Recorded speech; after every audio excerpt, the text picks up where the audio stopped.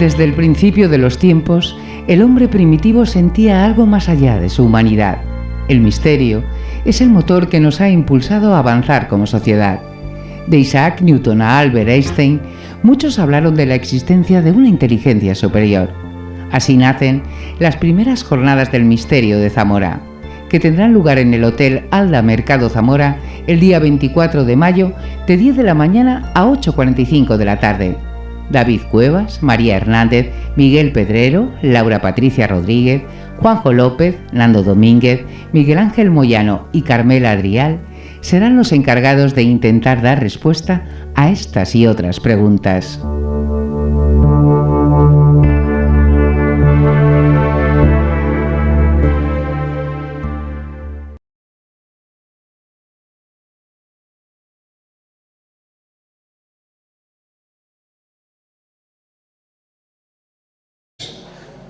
Están poniendo trabas a esta charla. ¿Alguno de vosotros saben lo que son los humitas? ¿Habéis escuchado hablar de humo alguna vez? A ver, levantad la mano. Levantad la mano. Uy, veo a mucha gente que no lo ha escuchado. Bien, eso me vais a hacer currar más todavía. Así que, pero bueno, algo obviamente explicaremos de en qué consiste el tema humo. No, tienes que sentarte. Vale, tengo que sentarme. Bueno. ¿Uso este micro o uso ese? Lo que tú quieras. No. ¿Te sientes más cómodo utilizando eso? No, sí se va mejor. Vale, así. perfecto. Así no, tengo la mano suelta. Hola, vale, a ver.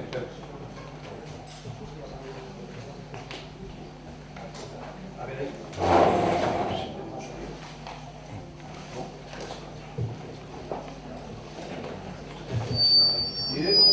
Hostia. Humo ha vuelto. Sí, se oye, ¿no? Sí. Sí. Vale. Ahí. Mira, voy así para... Si hay alguna pregunta, tenemos dos vídeos. ¿Tienes agua? ¿Tienes agua? Tengo. ¿Tienes ahí? Perfecto. ¿Quieres más? No, solo. Bueno,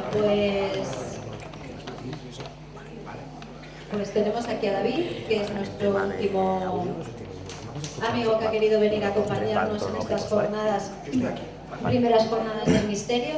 Y bueno, es explicar un poquito, que yo creo que ya muchísima gente te conocemos, ¿no? Porque yo te conocí ayer, pero realmente yo te conocía de antes porque yo me he bilocado y estaba en tu casa. Sí, de hecho, es la primera vez en la historia que alguien está desencantado de conocer a alguien. Como es el caso de Marina, después de la charla, de la mesa redonda de ayer. Perdonad, yo siempre he dicho, cada uno puede pensar lo que quiera, de momento no estás en mi mente, no, todo lo contrario, estoy encantada de conocerte, de que estés aquí con nosotros, de que hayas aceptado nuestra invitación. Y bueno, es lo que os digo, David Cuevas es licenciado en Periodismo por la Universidad Complutense de Madrid, lleva 2 décadas y un lustro inmerso en el mundo de la radio, dirigiendo y presentando y colaborando en diversos programas radiofónicos. Dirigió, entre otros, Dimensión Límite, La Sombra del Espejo y Somos Seres. También fue coproductor de OVNIs en Podium, podcast y El Dragón Invisible de la Radio Castilla-La Mancha, así como colaborador de Poniendo las Calles en la COPE. Y Espacio en Blanco, asesoró en la película Luces Rojas y Emergo, escritas por Rodrigo Cortés. Esto es muy interesante, que te lo he escuchado y me pareció un tema muy interesante cuando hiciste ahí esa colaboración con la película. Actualmente dirige los podcasts de Expedientes de L y colabora con Centinela del Misterio. Bueno, podría seguir hablando de él mucho más, pero creo que el tiempo se nos va y creo que es más importante que hables tú. Así que muchas gracias, David. A ti, gracias. Bueno, lo primero, ya lo dije ayer, pero tengo que repetirlo. Muchas gracias a la organización por, no solamente por invitarme, por tener el mal gusto de invitarme, sino principalmente por organizar una de estas jornadas que son ampliamente complejas. Muchas gracias a Marina, muchas gracias a Hugo, pero yo voy a poner un énfasis especial en Nando. Yo estoy aquí por Nando. Yo estoy aquí por Nando. No, explico. Nando es un tipo a que yo le sigo la pista hacía tiempo, OVNI Spain, un tipo que ponía pintadas y póster y tal. Esto es un fricazo, o sea, ¿dónde sale este tipo? Luego empecé a saber un poquito más de Nando y vi, por encima de cualquier cosa que pueda gustar más o menos de su forma de divulgar, vemos que no se cortó un pelo, que es políticamente incorrecto, pero por encima de todo es un tipo puramente pasional. Y además hace trabajo de campo, cosa que ya pues prácticamente brilla por su ausencia. Así que la razón principal por la que yo estoy aquí, aparte de que me gusta mucho Zamora, ya he estado en alguna ocasión, es porque Nando me pidió venir y además esta charla es Nando quien me pidió que la diese. sobre humo. Allá tú y las consecuencias. El espíritu de Tutankamón Peña caerá sobre ti. Así que, pues... el hijo no lo quiero conocer, que me quedo pues, vale. El de Jordan. Este también está desencantado de conocernos casi todos.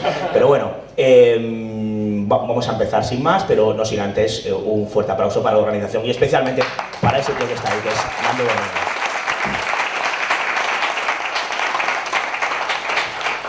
Humo.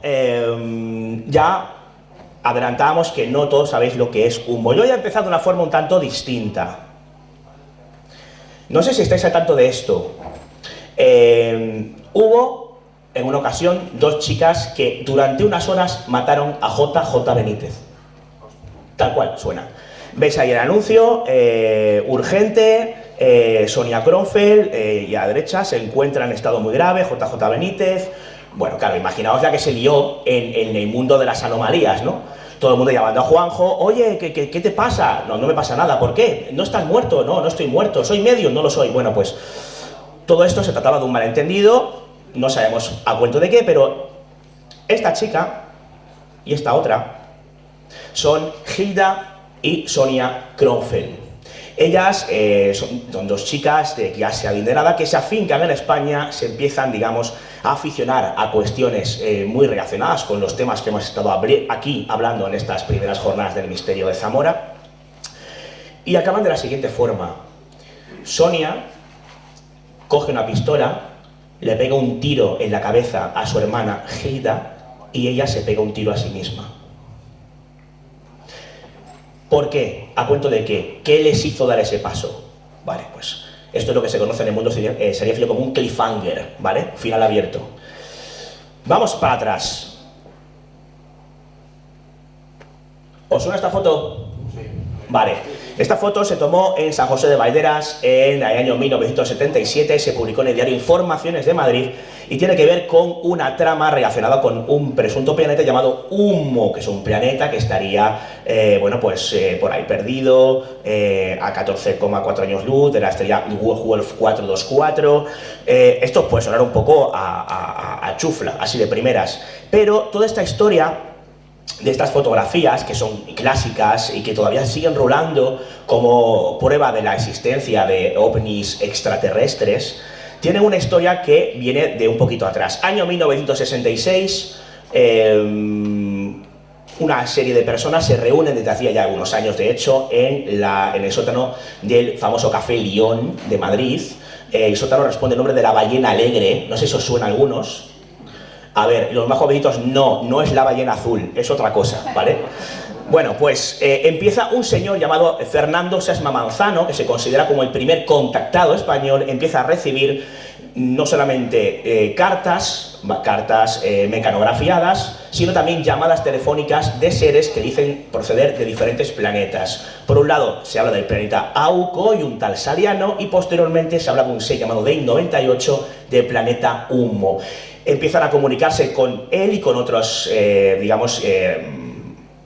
receptores ilustres, la mayoría de ellos vinculados de una u otra forma al tema de la ufología, y estas cartas básicamente lo que vienen a decir es: aterrizamos en La Yavin, Francia, en el año 66, somos de Humo, nos llamamos humitas y queremos contactar con vosotros y vamos a proporcionaros una serie de informaciones muy pormenorizadas y muy técnicas, todas ellas relacionadas con la forma de vida de nuestro planeta. Claro, imaginémonos, no habían ni llegado prácticamente el tardofranquismo, personas que creen que no estamos solos en el universo y van más allá, están absolutamente convencidos de ello.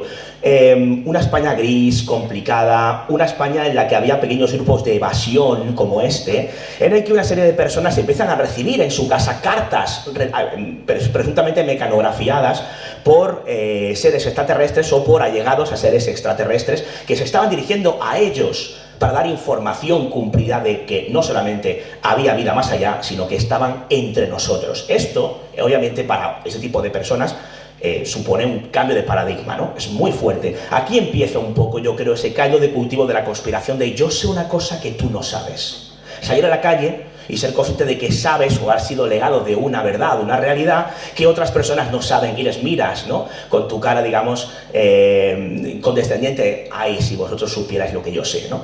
Pues algo parecido sucedió en lo que respecta a esta trama de humo. Cartas, aquí tenéis algunas de las cartas, con dibujitos, algunos bastante currados, con información muy pormenorizada de aspectos de su vida, obra, su fisiología, cuestiones relacionadas con la sociedad, con la economía, con el sexo y un largo etcétera. Insisto, este tema es muy largo, es muy extenso, yo tengo muy poquito tiempo. Pero bueno, más o menos para que os hagáis una idea de a lo que nos referimos con esta trama llamada humo. Ahí tenéis el famoso símbolo. El símbolo de humo es una H que aparecía precisamente en la panza de este ovni de aquí, el ovni de San José de Valderas. Esto está en Alcorcón, Madrid. También había habido unas extrañas marcas en otro barrio madrileño, en Aluche, en el año 66. Y bueno, pues estas fotos se publican. En el diario Informaciones, pero no hay una vinculación todavía directa con el tema humo. La vinculación directa con el tema humo viene un poquito más adelante. Aquí tenéis, por ejemplo, el alfabeto humita, así se escribía en humo. Aquí tenéis, por ejemplo, un plano. Aquí tenéis el plano de cómo son las naves, aparentemente las naves humitas. Y bueno, pues las casas. ¿Cómo es una casa humita? ¿Cómo viven los de humo? Pues básicamente de esta forma. Yo aquí lo que veo es una especie de seta. En fin, no voy a seguir aquí tirando de hilo. Bueno, ¿cómo son los seres? Ahí tenéis, por ejemplo, algún dibujo de cómo serían los seres humitas originales, porque aquí aparentemente vendrían infiltrados con aspecto centroeuropeo. O sea, aquí no les veríamos por la calle de esta forma, de esta guisa. Vendrían, digamos, cambiados físicamente para que no se les distinguiera de forma sencilla. Esto es lo que decían las propias cartas que venían presuntamente de humo. Y todo cambia cuando vemos este titular. Lo veis, ¿no? Los extraterrestres conviven con nosotros hace varios años. Esto lo publica este señor, Enrique López Guerrero, que es un sacerdote de Mairena del Alcor en Sevilla, a que yo pude entrevistar muchos años después. Se lo cuenta Benigno Moreno, un periodista del ABC, y ahí es cuando empieza ahí es cuando desvela, final de los 60, que hay un grupo de personas que están recibiendo cartas de extraterrestres. Y que en esas cartas se detallaba que están entre nosotros y otra serie de detalles que ya os he ido comentando, ¿no? Ahí es donde realmente explota popularmente el caso humo. En esta foto que os enseñaba antes, de la Ballena Alegre, hay un señor en el centro que tiene una importancia capital, que se llama José Luis Jordán Peña. ¿Por qué? Porque Jordán Peña era el que se presentaba como único testigo de los avistamientos precisamente de Aluche. Alguien a quien entrevistan dos ufólogos conocidísimos, Antonio Rivera, Rafael Farriol, publican un libro llamado Un caso perfecto y ahí se conoce la historia. Insisto, perdonad que vaya muy rápido, pero quiero sembrar unas pequeñas bases de lo que es humo para que cuando empiece a contar cosas que no son tan conocidas, digamos, no nos perdamos demasiado, ¿no? Bueno, pues sale publicada esta historia, ya se tira de la manta y se empieza a hablar en diferentes medios de comunicación de esos mensajes humitas. A ver, cosas que os cuento. Los humitas llamaban por teléfono, hay alguna otra grabación por ahí. Y bueno, pues era muy curioso porque hablan así como con voz gangosa, algo así, ¿vale? Muy extraño. A veces llamaban a los programas de radio. ¿Recordáis algunos, los que pasen de los 50, el programa que es de medianoche de Antonio José Alés? Pues ahí, por ejemplo, llamaban los humitas y a otros programas similares, incluso algunos programas de ámbito más local. Hay una leyenda urbana que dice que llama a un humita a uno de estos programas de radio y empieza a dar detalles de cómo se vive en humo. Entonces hay uno de los detalles que le transmite al locutor de la siguiente forma, dice algo así como: y no tenemos órgano fonador. A lo que el locutor, que no interpretó muy bien lo que decía, le respondió: ¿cómo dice? Entonces no pueden ustedes tener hijos. A lo que replicó el humita: fonador. ¿Vale? Bueno, estas y otras circunstancias similares se vivieron aparentemente. Esto es leyenda urbana, no se ha podido demostrar, pero me parece muy simpático, y ilustra un poco de esa pequeña locura que se vivió en lo que respecta al tema de los humitas. Bueno, hubo muchas más cosas. mensajes que convocaban a unas embajadas para ver a los seres, digamos, del planeta Auco, que son los anteriores a los del planeta Humo. Va unos señores allí a recibir a Sariano, que era, digamos, el ser extraterrestre que venía del planeta. Y claro, imaginaos los grises que están allí tranquilamente echando la noche y ven una serie de personajes que dicen: venimos a ver a Sariano. Bueno, las porras empezaron a llover de forma bastante rauda, ¿no? Bueno, hay un artículo que publica Manuel Carballal sobre Humo en el año 97 que es bastante demoledor y tiene que ver con este señor, José Luis Jordán Peña. Este hombre, bueno, pues era un ufólogo, parapsicólogo de la época, a presunto psicólogo industrial, con varias titulaciones, con bastante carisma, con un puntito escéptico que hablaba de estas cuestiones. Para que os hagáis una idea, ¿queréis escuchar a Jordán Peña? Bueno, pues vamos a escucharle precisamente en un programa de televisión española y Jordán Peña sonaba tal que así. Sí. Pero hay una versión muy interesante que nos llegó a través de unos documentos muy extraños de un supuesto planeta Humo. Y estos señores daban una versión que resulta ingeniosa, independientemente de que sea auténtica o no, pero era muy ingeniosa. Y esto es para nuestros telespectadores.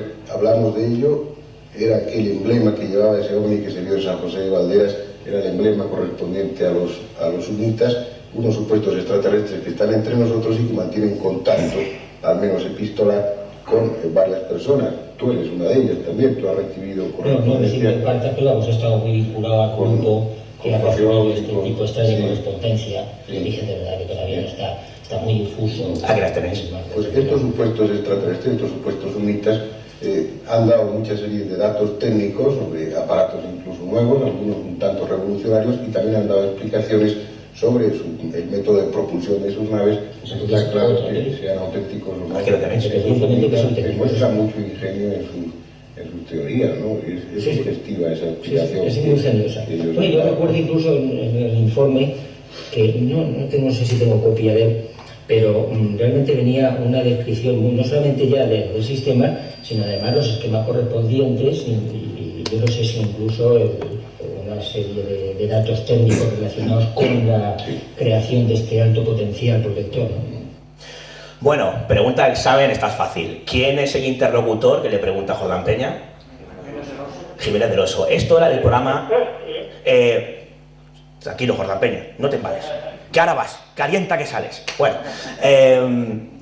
Jiménez del Oso dirigía en el año 76 un programa llamado Más Allá. Luego, posteriormente, retomó estos temas con La Puerta del Misterio. Bueno, pues ahí estaba Jordán Peña como uno de los protagonistas, testigos del caso Humo, que también era receptor de las cartas. ¿Qué sucede? Pues que, como ya adelantaba, Manuel Carballal publica este reportaje incendiario en el que desvela algo que ya sabían algunos, puesto que había habido una confesión interna previa, y es que José Luis Jordán Peña fue el autor material de toda la trama Humo. Lo inventó todo, de pe a pa. ¿Por qué lo hizo? Bueno, aquí hay muchas teorías al respecto, no se sabe exactamente por qué, pero yo tuve ocasión de entrevistar en un programa de radio que hacíamos unos chavales llamado La Sombra del Espejo, verano del año 2006, y por primera vez José Luis Jordán Peña, por voz propia, confesaba lo que vamos a escuchar a continuación. Pero que conste que no es un fraude, no es un fraude porque advertí muchísimas veces... Le dio una trombosis en el 88, por eso se le suena eso. Que no me creyesen, que no creyesen una palabra, Claro, por eso digo que no es un fraude, un experimento social para testar unos individuos de formación científica. Sí. Y que hubo bastantes víctimas entre comillas. ¿La habéis escuchado más o menos? Ya os decía que este hombre sufre una trombosis en el 88 y obviamente pues tiene una fascia y es complicado de alguna forma, pero si os pone atención se escucha. Cuando le preguntamos por qué crea el caso Humo, él dice que es un experimento social para testar la credibilidad de una serie de señores algunos muy importantes, porque por la Ballena Alegre pasaban gente como Antonio Bueno Vallejo, Alfonso Paso y otros tantos, ¿no? Y algunos de los receptores de los mensajes también tenían, un conocimiento intelectual elevado. Y quiso comprobar, según cuenta él, bueno, pues la capacidad de credibilidad que tenían esta serie de personas en algo tan increíble como la trama que hemos estado explicando de Humo. Bueno, pues la cosa se complica porque ahora nos salimos un poquito de Humo, pero no del todo. Cuando tengo ocasión de entrevistar a Isidro Pérez, que es un hipnoterapeuta clínico de Madrid, sobre una serie de hipnosis que habían realizado, una serie de personas que estaban vinculadas de alguna forma a toda esa comunidad hummita, aparece de repente el nombre de Jordán Peña de una forma que no habíamos escuchado antes. Jordán Peña, insisto, es el autodenominado creador de la trama hummita. Explicó cómo había hecho las fotos con un trípode, explicó cómo había hecho las voces con un escráfono, que es como se llama, explicó cómo había inventado toda la trama, aunque luego surgieron imitadores de los que hablaremos más adelante, de esos imitadores. Pero, oh sorpresa, hablando con Isidro Pérez, resulta que conocemos otra faceta de Jordán Peña que no conocíamos y que viene de la vinculación de Jordán Peña con la comunidad hummita. Así que, si os parece, le escuchamos. Bueno, hay una parte en la que debo preservar la privacidad de la persona, pero claro, digamos que yo hace bastante tiempo ya, pues se está hablando de más de 20 años, tuve la ocasión de hacer un estudio sobre una persona que supuestamente había sido manipulada mediante hipnosis. Entonces, esta persona estaba cercana a quien parece ser, y que vosotros conocéis, el promotor o la cabeza visible del famoso tema Humo. Profundizando un poco más en esto que nos contabas, ¿no?, en esta sesión hipnótica de Jordán Peña, a esta persona cuya identidad vamos a omitir, ¿cómo esta persona de alguna forma estaba siendo hasta cierto punto sometida? Es decir, ¿por qué realmente seguía las indicaciones de Jordán? ¿Cómo era esta historia? Cuéntanos, Isidro. Hasta cierto punto, como tú dices, David, pero efectivamente ella, lo que sabemos es que tenía una sugestión que le habían metido como una especie de amenaza de que si ella revelaba determinados datos, pues iba a sobrevenir la muerte. Es decir, ella tiene una sugestión que nos cuenta dentro de la misma hipnosis que nosotros practicamos, donde ella confiesa que Jordán Peña la está llamando por teléfono y le está repitiendo una sugestión que le ha dado en determinados momentos anteriormente: karma o muerte, karma o muerte. Ella se agita visiblemente, ella entra en un estado de desesperación, de llanto, incluso cuando repite la sugestión que Jordán le había dado. Estamos hablando de lo que ella reproduce en la hipnosis. O sea que esta persona, de alguna forma, estaba siendo hasta cierto punto sometida casi por una especie de, no sé, amenaza pseudo-hipnótica, por decirlo de alguna manera, ¿no? Yo diría más bien amenazada que sometida. Amenazada, efectivamente, a través de la hipnosis mediante el mecanismo de las sugestiones que se habían aplicado previamente. La relación de estas dos personas es una relación verdaderamente con muchos recovecos, una relación un poco extraña, un poco patológica.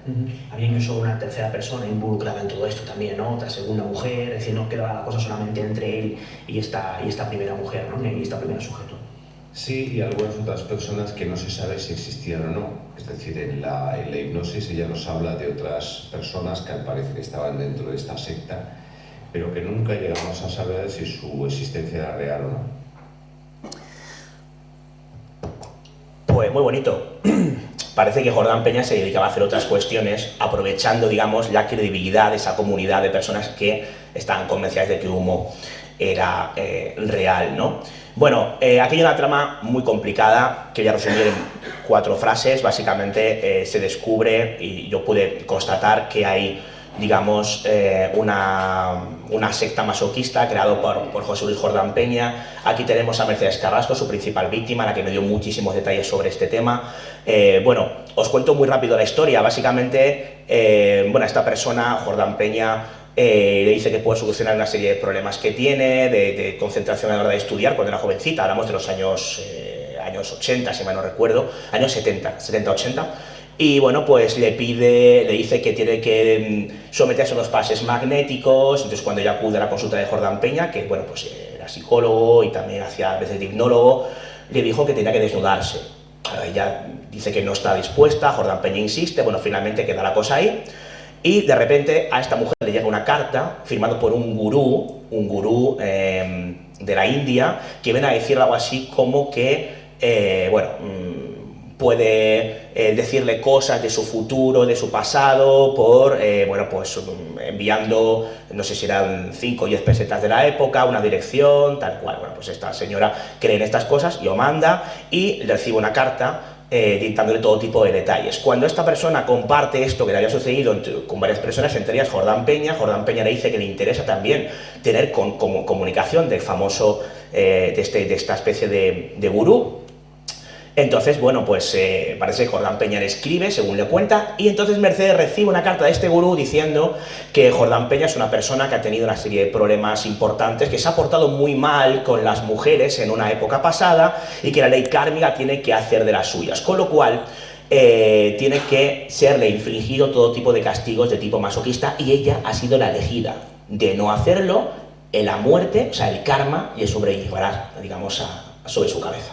Claro, esta mujer, muy asustada, pues termina yendo a casa de Jordán Peña, practicando, digamos, una serie de cuestiones de tipo masoquista bastante turbias, que algunos diréis, ¿qué tiene esto que ver con humo? Pues tiene que ver, porque cuando Jordán Peña confiesa todo el tema humo, en ese artículo que os enseñaba del Ojo Crítico, explica que utilizó los ambientes humitas para montar esta secta masoquista. También dice cosas, por ejemplo, como que fue ayudado por un servicio secreto americano. Hay muchos datos a este respecto. También le cuenta a sus hijos que tenía un amigo espía que, a raíz de que él tenía la capacidad de escribir con letra muy pequeña, fue, digamos, contactado por un servicio secreto del CECET, lo que era el servicio secreto de los años, primero de los años 70, luego fue el CSIC y actualmente es el CNI. Pues supuestamente contactó a alguien de un servicio secreto que se interesó en sus capacidades, en estas y otras más, y fueron los que aparentemente le ayudaron a crear humo. De ahí esa vinculación también del espionaje con el tema de la trama humita. También Juan Alberto Perote facilitó información a Manuel Carballal un poco que iba en esta línea. También la Brigada Político-Social vigilaba lo que sucedía en la Ballena Alegre, porque ya en este país, cuando había unas concentraciones que superaban las 10-15 personas, podía significar un peligro inminente o una especie de conspiración judio-masónica /humita, esto último lo añado yo. Entonces, bueno, pues básicamente los servicios secretos también tuvieron cierto protagonismo, aunque un tanto en directo, en esta historia. Cierro paréntesis de los servicios secretos y continuamos con la historia de la secta masoquista. Bueno, finalmente, después de estas prácticas, se unen más mujeres a esa secta. Hay un momento en el que Jordán Peña se entera de que por herencia a Mercedes Carrasco le facilitan un piso, dice que sería perfecto para pasar consultas. Entonces ella pone pegas, acto seguido llega una carta del gurú diciendo tienes que dejar el piso para que el maestro Jordán haga sus consultas. Y claro, ella se sigue resistiendo y de repente se empieza a generar un poltergeist en el piso. Bueno, al final os podéis imaginar quién era el gurú, digamos, de la India, ¿no? Era el propio Jordán Peña. Jordán Peña era un avezado también ilusionista que montó, digamos, una serie de mecanismos para generar el poltergeist. Bueno, una historia es absolutamente terrorífica. O sea que encima de, digamos, aplicar falsos recuerdos bajo hipnosis, que es algo que aparece en una película de Amenábar, Regresión, ¿la habéis visto? Sí. Bueno, pues ahí aparece este tema, ¿no? Pues también se dedicaba a este tipo de tejemanejes con sectas masoquistas y metiendo miedo a las personas para que hicieran ciertas cosas. Algunos dirán, bueno, esto puede ser lo que dices tú, pero Jordán Peña, ¿qué decía sobre la secta masoquista? Le preguntasteis. Yo entrevisté varias veces a Jordán Peña, presencialmente en varias ocasiones, y junto a mi compañero José Juan Montejo le pregunté por el tema de la secta masoquista. ¿Qué es lo que dijo Jordán Peña? Pues dijo lo siguiente. Yo le pregunto una cosa a José Luis, porque es un tema que se ha planteado, y ya que tenemos ocasión de hablar, yo le pregunto, ¿hay algún investigador que plantea hasta cierto punto que pudo haber un interés, se dice, ¿no?, sexual en todo lo que tuvo que ver con la explicación de humo? El interés sexual fue la secta de Pirojo.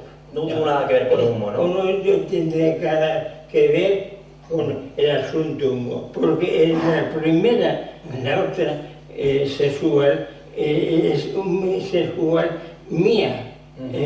Fue un estudio del Pirojo mío. Una secta que usted funda de alguna forma. Una secta artificial que fundé yo. Una secta que era necesario porque en términos antropológicos o sociológicos, yo podría hacer adoptar un rol sádico, un rol masoquista. Sí. Me repugna de presentarme como sádico ante una mujer. Es algo repulsivo. Sí, para usted y para ella, seguramente también. Desde el punto de vista masoquista, estupendo, introduce la hipnosis. Yo tenía bastante tiempo obsesivo con la hipnosis. Entonces tú utilizaste la hipnosis con las mujeres que estaban... Bueno, a él le parece formidable. Yo, en mi opinión, en este caso me la guardo, ¿no? Aunque yo creo que algo sobrevolaba mi respuesta a Jordán Peña a este respecto. Jordán Peña confiesa. ¿Por qué confiesa Jordán Peña? ¿Cuál es la razón de que Jordán Peña confiesa? Que hay muchas teorías y vamos a escuchar a Enrique de Vicente, que en el programa La Sombra del Espejo, año 2007, nos facilitaba una información que, bueno, a ver, era un poco vox populi en el mundillo, pero esto lo hacía público Enrique de Vicente, y así es como Jordán Peña decide confesar ser el autor de la trama Humo. Javier Sierra, a indicación mía, no en una trampa que le tendimos a Jordán, pero en toda una serie de actividades muy extrañas y desde luego muy poco legales que él llevaba a cabo, yo le sugerí, bien, o esas actividades las puedes, para no estar yo en el ajo, puesto que yo estaba implicado por un montón de cosas que habían ocurrido, y le dije, una de dos, eso lo puedes grabar o hasta filmar en un vídeo, o te metes debajo de la cama y eres testigo de lo que pasa. Bueno, hizo las tres cosas. El genial Javier Sierra se metió en un armario durante toda una historia que no voy a contar aquí porque es una historia no poco seria para contar por la radio, y teníamos la prueba, un argumento que apuntaba a Jordán Peña. Ese vídeo lo tiene en este momento el presidente de la Sociedad Española de Parapsicología, de la que Jordán Peña era entonces uno de los vicepresidentes. Cuando él se entera de eso, dimite automáticamente, porque, bueno... Pero en ese vídeo, Enrique, sin entrar en detalles, ¿no? En ese vídeo, ¿qué es lo que dice Jordán? No entro en detalles. En ese vídeo nada más apuntaba en determinada dirección, y bueno, era una forma, digamos, de presionar a Jordán como para decirle, bueno, lo que le planteamos es, mira, tú puedes quedar muy bien diciendo que te has inventado los informes. Estoy hablando por primera vez con toda sinceridad. Javier, yo le dijimos, puedes quedar como un genio. O sea, no vamos a atacarte, vamos a proteger todas tus historias, tu personalidad, etcétera. Pero lo que a nosotros nos preocupa saber es quién está detrás. Es decir, que nos cuentes la verdad de quién te contrató como mecanógrafo. ¿Y quién hay detrás de todo esto? Se negó en banda, de las cartas, se puso muy furioso, etcétera, etcétera. Y mucho tiempo después, cuando ya no, tiempo después esto, cuando era la única salida que le quedaba, fue cuando se inventó lo de que él había creado todo. Bueno, de Vicente dice que se lo inventó, todos los datos apuntan a que efectivamente lo inventó y los datos que da coincidían plenamente con lo que él contó a varios investigadores, entre los cuales me incluyo, ¿no? Bueno, ¿cómo acaba la historia esta de la secta? ¿Cómo se da cuenta Mercedes de que está siendo presa de una especie de secta masoquista y siendo manipulada? Pues vamos a escuchar a la propia Mercedes Carrasco para que sea ella quien nos haga partícipes de cómo acaba esta historia. Mercedes, una pregunta un poco incómoda que te voy a hacer, me lo vas a permitir. Estuviste 4 o 5 años en esa secta, ¿siempre fue por miedo? Sí. ¿O había algo más? O sea, sí. Para ti, ¿tú te sentías atraída por esa situación? No, en absoluto. Siempre fue por amenazas y por miedo. Yo me liberé por el libro de Pepe Rodríguez, ¿Qué pasa? Decía, sí. Y entonces yo al otro día me fui a una librería muy famosa que me dieron un libro sobre sectas y me dieron el libro de... Es que yo no sabía ni que era una secta. ¿De Pepe Rodríguez? De Pepe Rodríguez, sí. Entonces vengo y leo las primeras páginas y ya no leo más. Entonces cuando tú de pronto descubres que estás metida no, pero se ve claramente que lo que pone el libro con todas las instrucciones que recibíamos nosotros. Claro. Y entonces automáticamente llamé a Jordán Peña, que dije, mira, estamos en una secta y yo me marcho. Yo ya no quiero saber nada. Ha sido un sufrimiento que tardíamente me he enterado. Y dice, pues el tonto, haciendo el tonto. Pues algunas veces lo he pensado yo, que estábamos en una secta y no sé qué. O sea, haciéndose de nueva y sorprendido. ¿Y entonces qué pasa después? O sea, puedes abandonar bien la secta, ¿no? Sí. Luego me vino una carta de maestro que podía que me liberaban y que tal. Ya no se habló de karma, de kármica, ni de amenazas, ni de enfermedades, ni de nada. Qué fácil todo, ¿no? Sí, la salida fue muy fácil, me la pusieron fácil. Bueno, yo tenía ahí toda... Porque casualmente le cantaste las 40 al otro... Oye, al esclavo. Pero entonces yo no sabía nada de que era él.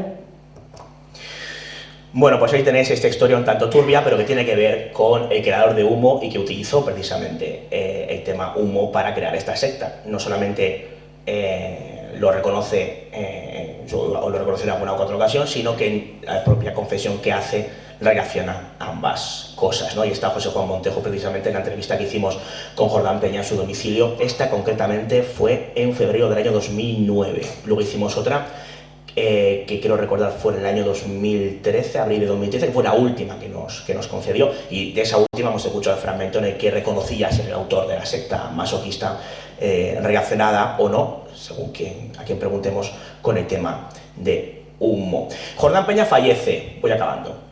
Fallece en septiembre de 2014. Yo me acerqué al tanatorio. Al fin y al cabo, a mí siempre me atendió bastante bien. Era historia de estos temas, para bien y para mal, sobre todo para quizá lo segundo, pero obviamente era algo de tipo histórico, ¿no? Jordán Peña muere, pero Humo no. Aquí tenemos a José Luis Jordán Moreno, que es su hijo, que empieza, digamos, años después de la muerte de su padre, a perpetuar que Humo existe, que Humo es real, que él ha estado en Humo y que va a fundar un partido político llamado Humo Existe, con el que va a presentarse a las próximas elecciones y que pretende ser el presidente del gobierno de España en el año 2031. Esto es tal cual, me lo cuenta una entrevista que publicamos en Dimensión Límite, una entrevista muy tensa, todo hay que decirlo, si alguno la ha escuchado sabe a qué me refiero, ¿no?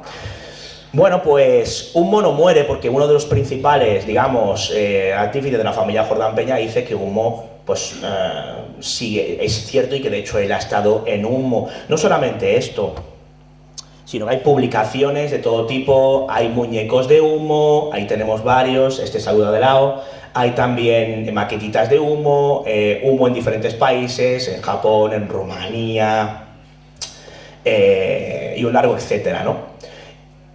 Ahí tenéis, hay cómics de Humo, en fin, hay un poco de todo, ¿no?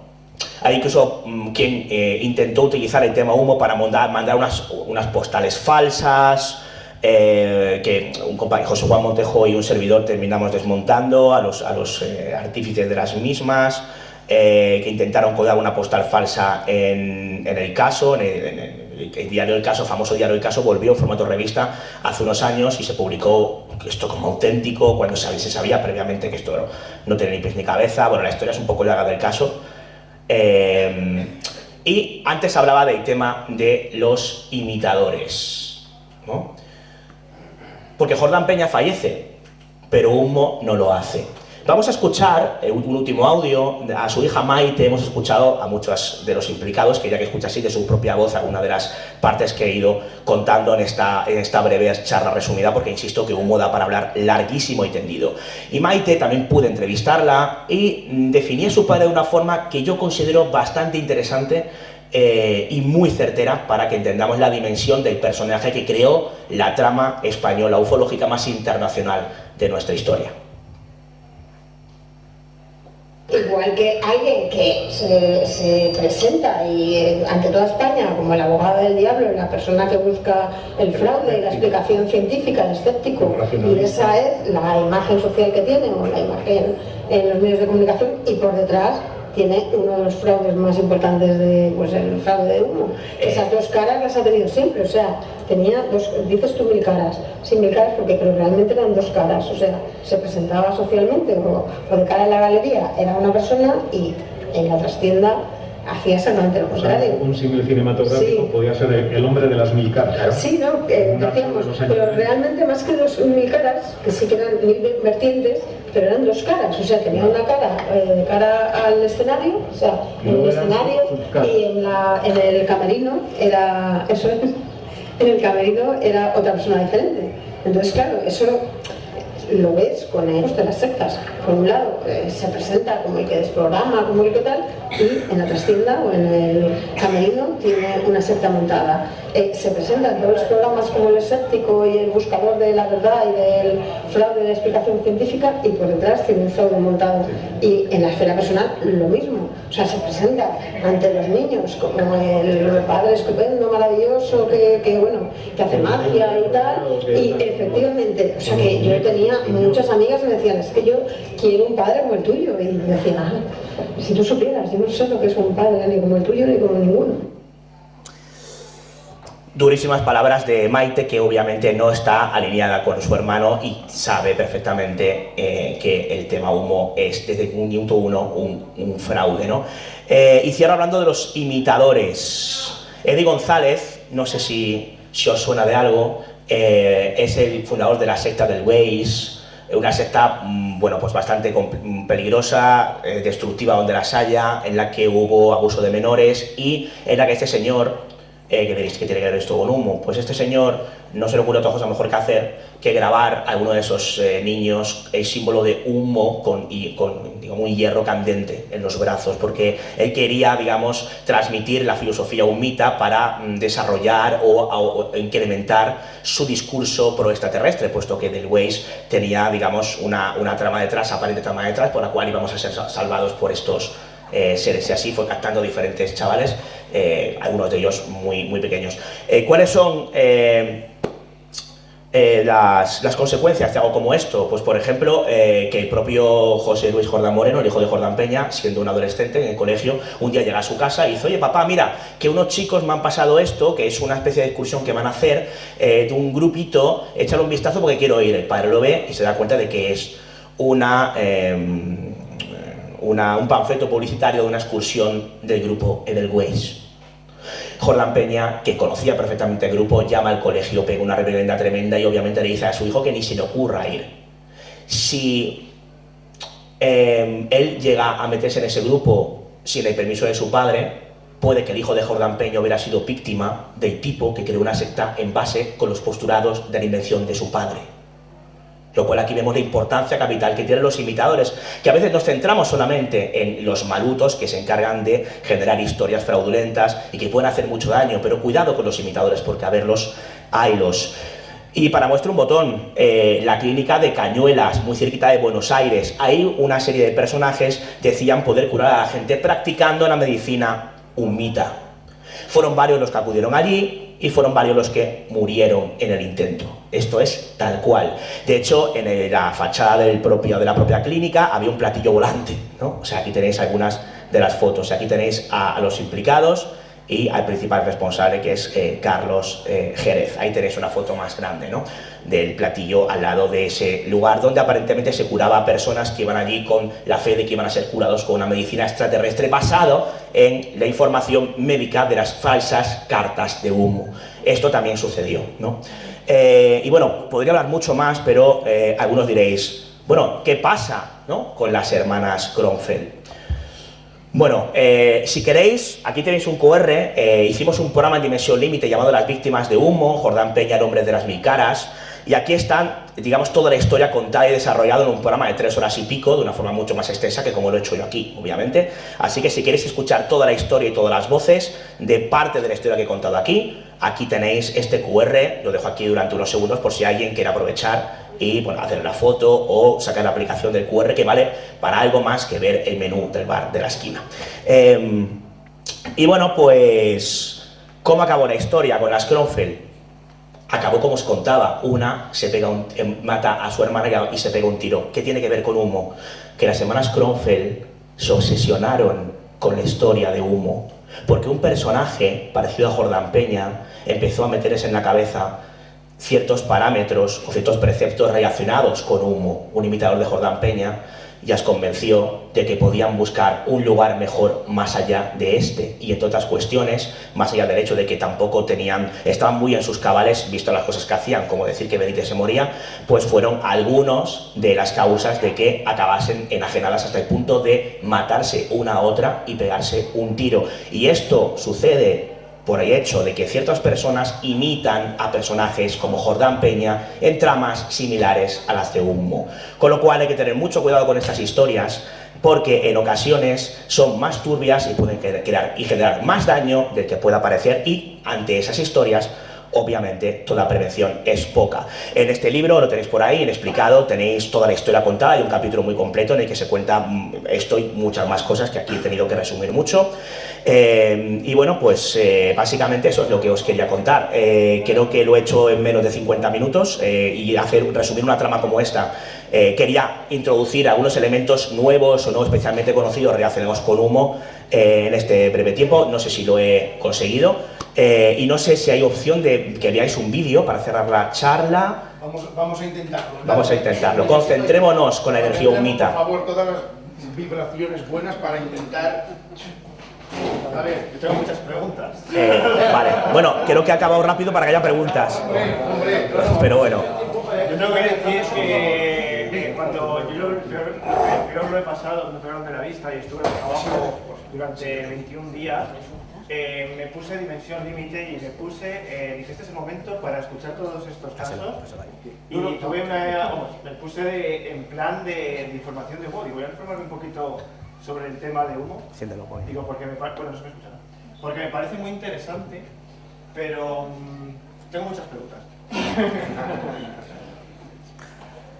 Nando, a ver, mientras tanto, mientras nosotros intentamos hacer que el vídeo salga a la luz... Sí, perfecto, preguntar. Y cerramos con la gente que vaya haciendo preguntas, ¿vale? Para que David vaya respondiendo, ¿vale? A ver, preguntitas. Yo.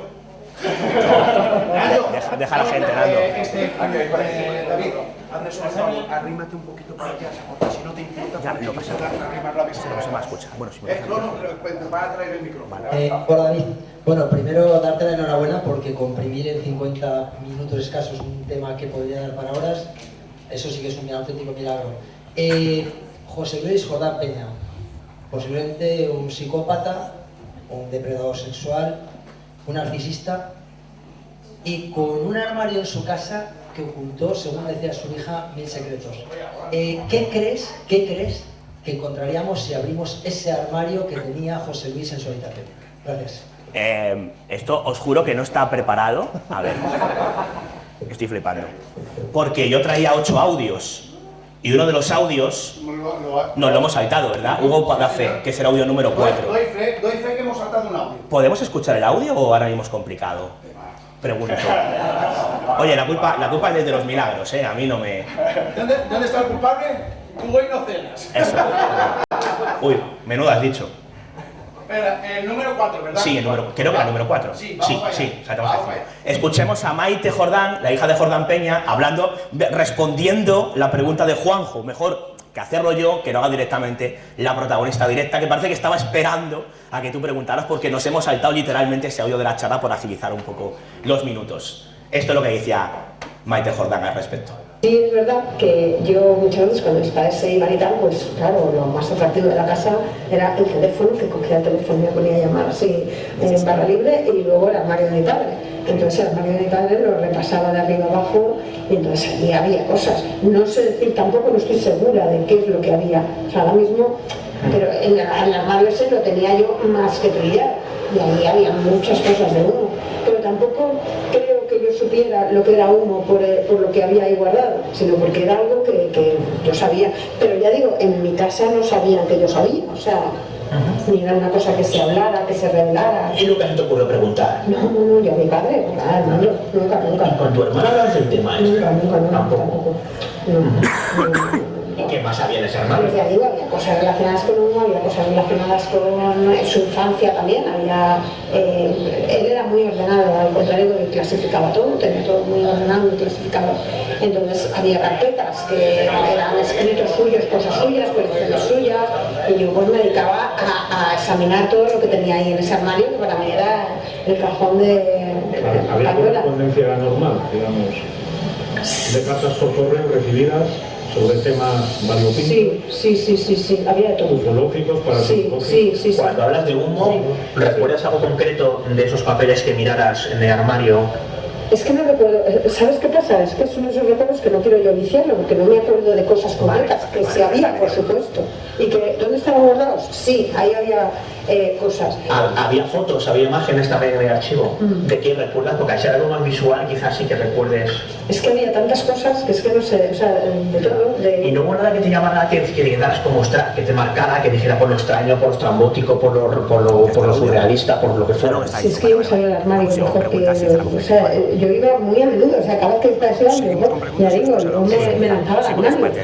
Pero, y había tanto, y claro, además todo mi interés era dejarlo luego Igual para que no se notara. Efectivamente, yo cogía carpeta y iba examinando. Y no se notó nunca, ¿no?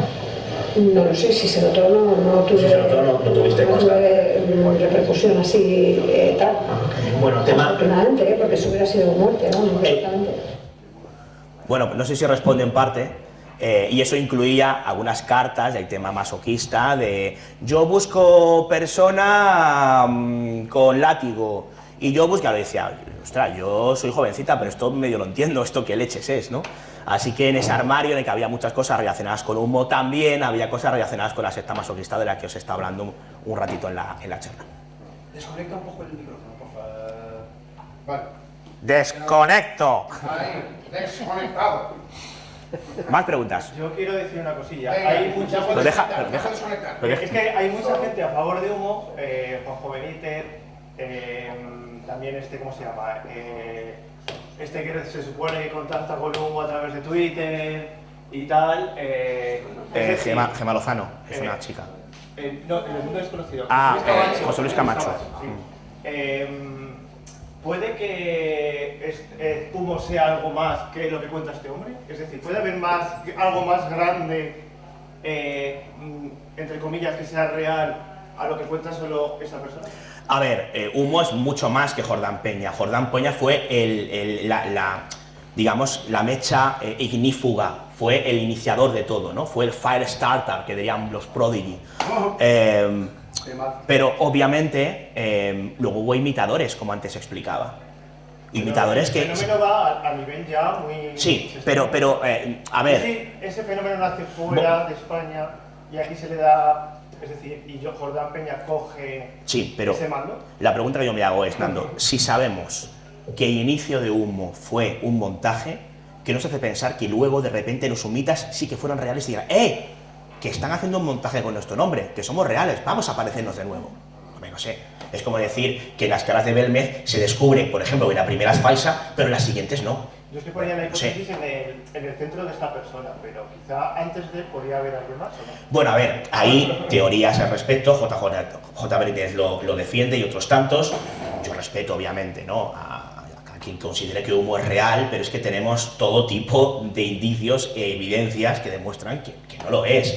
Entonces, bueno, hay quien considera que hoy en día los humitas se comunican por Twitter, por X, y esto no es broma, es tal cual.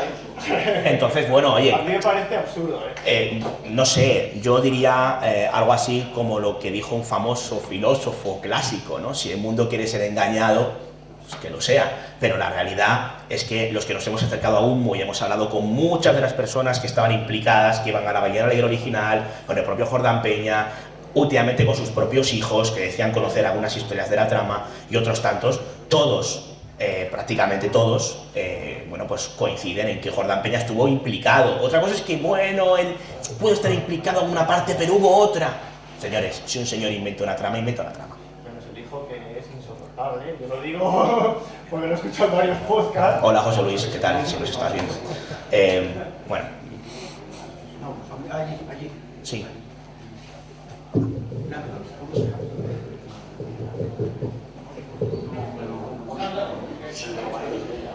¿Ya está el audio? Prueba un momento, sí. No. Prueba, sí. No, espera. Que va a probar. Da como un segundo.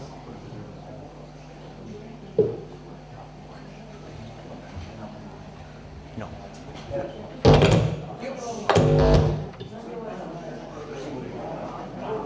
Sí. Sí, es que está bajito. Sí. Pero hay que subirlo mucho, Pero por el micrófono.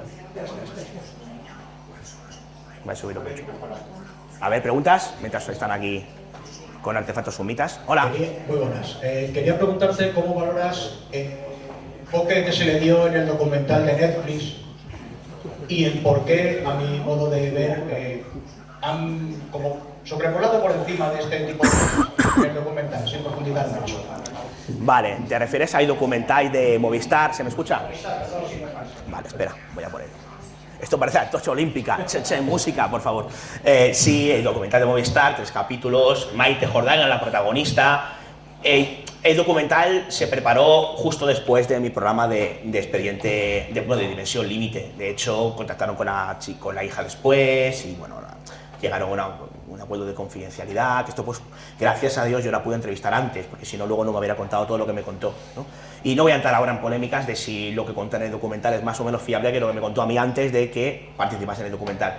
Pero lo cierto es que, bueno, el documental cuenta a grandes rasgos la historia de Humo, pero bajo mi humilde opinión está contado de forma bastante chapucera, metiendo temas de humor que no vienen a cuento, buscando un tono que se aleja mucho del tono, digamos, dramático que para mí tiene el tema Humo. Se hablaba en esa especie de serie documental de la invasión, ¿no? De invasión, los extraterrestres invadieron los veranos españoles de los 60 porque eran entretenidos. Y es todo lo contrario. Humo no es una cuestión de invasiones, es una cuestión de evasión. La Ballena Alegre era un túmulo, digamos, de personas que pretendían evadirse de la realidad compleja y gris que había a finales de los 60 en España y buscan precisamente en los extraterrestres una salida hacia una situación socialmente muy compleja, ¿no? Entonces, yo creo que el enfoque es incorrecto. Yo tuve una charla muy larga con el productor de la serie, y bueno, luego si quieres te cuento más tranquilamente, no quiero aquí enrollarme demasiado. Pero vamos, que yo creo que tuvieron una oportunidad de hacer algo potente y yo creo que la perdieron. Es mi opinión. ¿Alguna pregunta más? ¿No hay más preguntas? No formulen pregunta, que dirían los somitas. Respecto a los hermanos, Hacedme un favor, voy a quitar el sonido un poquito, por favor, hablar un poquito más alto, ¿vale? Para que no haga esta... Quito el micro, venga, dale. Respecto a los hermanos, están enfrentados, ¿no? Sí. Pero se unieron en un programa, ¿cuál era el del... No. El Centinela. El Centinela del Misterio, hizo un evento, que pasó Sí. ahí, porque yo no pude ir, ni lo vi, ni lo escuché. Yo estuve ahí, no se unieron, salieron por separado, de hecho pidieron salir por separado, y bueno, pues el hermano se puso muy violento con Juanjo Sánchez Oro y conmigo, porque Sánchez Oro empezó a exponer una serie de vídeos de Jordán Peña en los que se le veía absolutamente lúcido, pese a que el hijo lo invalida, dice que estaba coaccionado, que todo lo que cuenta de que Humo es una creación suya es falso, porque su padre lo dice coaccionado, en fin, toda una trama, ¿no? Entonces, bueno, pues y otros hermanos comparecieron en este Centinela Live Show por separado y contaron, bueno, cada uno contó su versión de los hechos y pudimos entrevistar o interrogar tanto a José Luis Jordán Moreno como a su hermana Maite Jordán Moreno, ¿no? Ya lo había de antemano, lo había de antemano porque insisto que intervinieron por separado, de hecho ni siquiera se encontraron allí. Así que... Estoy teniendo problemas, David, no entiendo por qué. No pasa nada porque creo que con el micro lo podemos solucionar. Vale, entonces vamos a intentar con el micro, ¿vale? Al altavoz del este. Vale, perfecto. Espera un momento. Si no, se me está hablando un sonido por otro. Si lo llegas a ver no traigo el vídeo.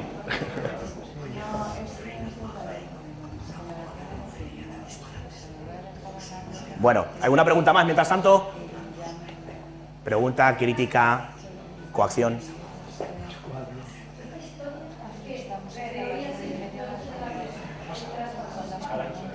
Sí. Shh.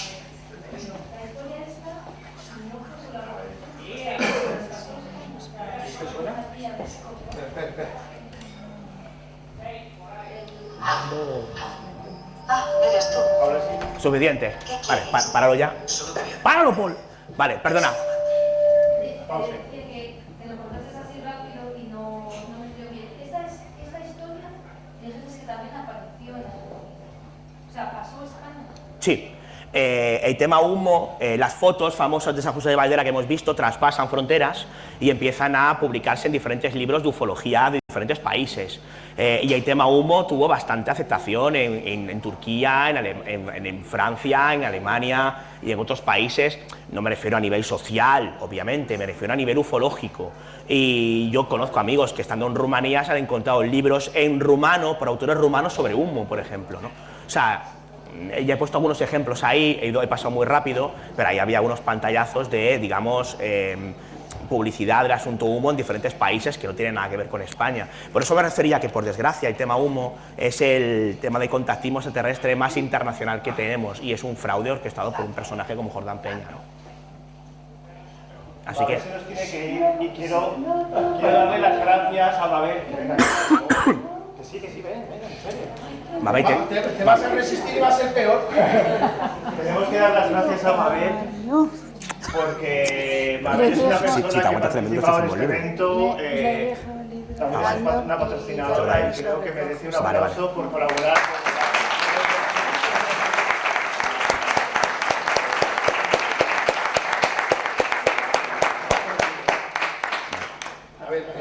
Yo tenía que estar aquí. Hombre.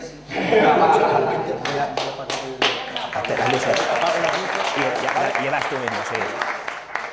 Que nada, que me voy.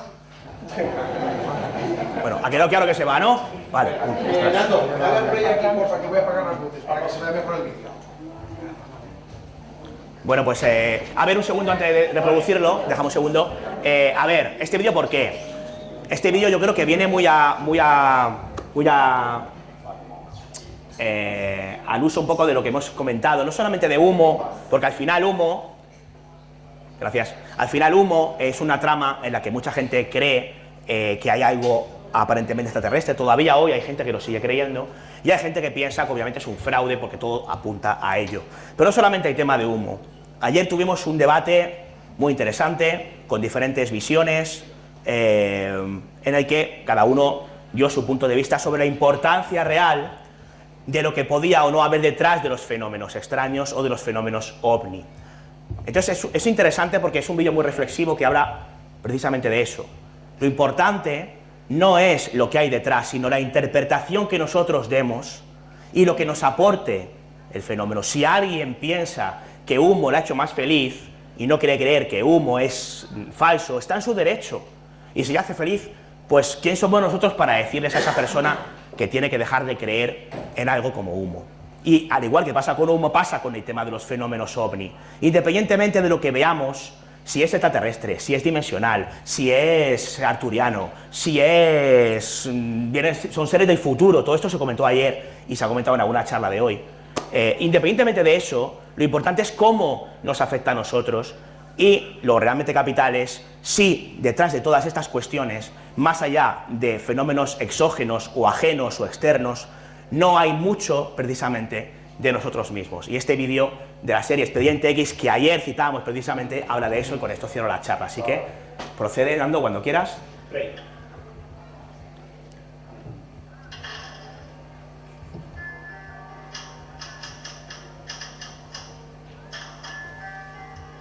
Demostrar que existe la vida extraterrestre sigue siendo difícil.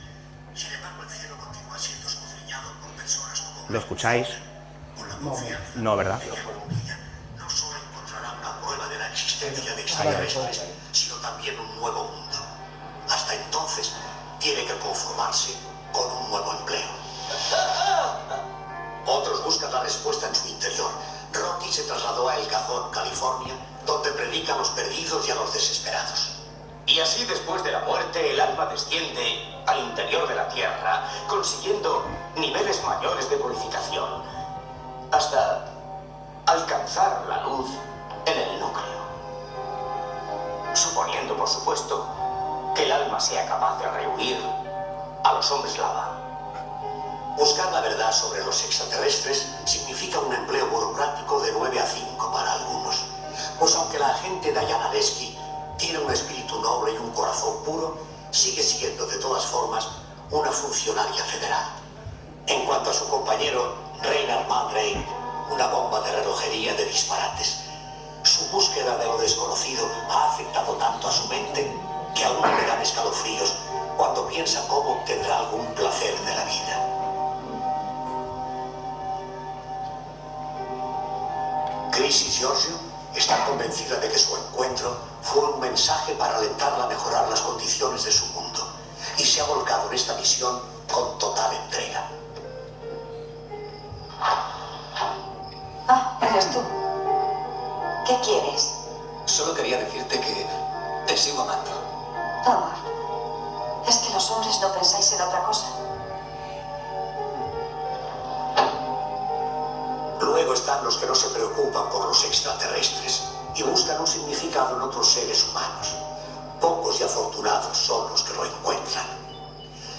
Pues, aunque quizá no vivamos solos en el universo, a nuestra manera y en nuestro planeta, estamos todos solos.